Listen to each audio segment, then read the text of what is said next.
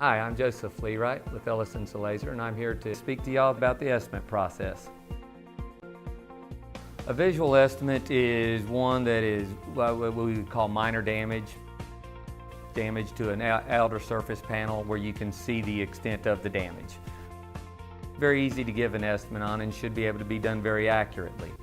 Whenever you have structural damage, a panel has gone in far enough that it's called structural damage.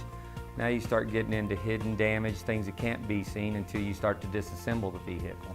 When a customer brings their vehicle in, we try to explain to the customer that there's three parties involved. And that is that there's you, the customer, the owner of the vehicle, there's the insurance company, which has their guidelines and their repair processes, and then the body shop who's actually completing the repairs. Wrote an initial estimate for an insurance company on a vehicle that had ran into a tire that a truck had fallen off of a truck.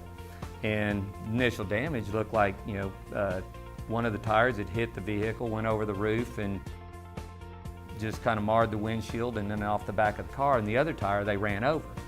All we could actually see underneath was, or on the car itself, was just slight damage to the bumper. Whenever they dropped their car off, they had let us know that they had ran out of gas, and their gauge did show that they were on empty. Well, after we get the vehicle in there and now we're looking at the car, well, as we find, when the vehicle ran over the tire, there's a lot of plastic undershields on the underside of the car.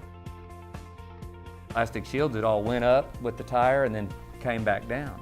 But during that, it had crushed the cooling lines, the fuel tank, and stuff like this. None of this stuff can be seen until now we've dropped these things off, and it was only because the customer had mentioned they had had problems with their fuel that we even could see this damage.